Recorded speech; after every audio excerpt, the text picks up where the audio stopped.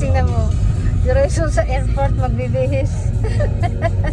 Papunta na kami ng airport kaya galing school magbibihis na lang siya dito habang naglalakad yung sasakyan.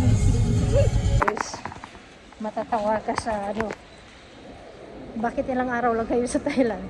May kondo po kami doon. Okay, good. Ayan, nalito kami.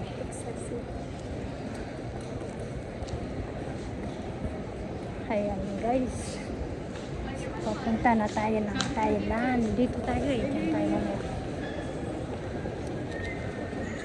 Kami ng Thailand, 2 araw lang. Kasi si Lisa walang pasok ng Friday. Kaya uwi namin Monday ng umaga. Mag-aaral naman. Tapos bumili kami ng coffee, 2 coffee. Alam mo magkano? Magkano? 800. Magkano?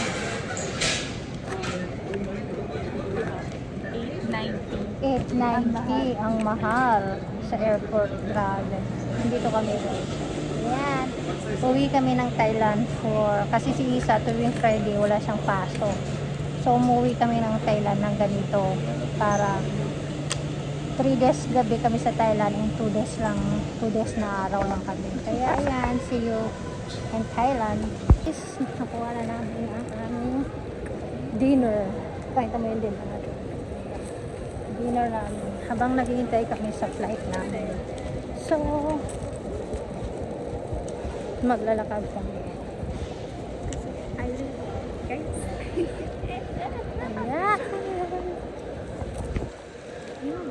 Hintay namin yung pati namin kasi yung flight namin is 7:40.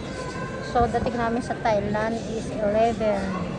So ayan, nasa airport kami. So have a nice day. Guys, ang pagkain namin, natatawa si Lisa. Social kami ngayon.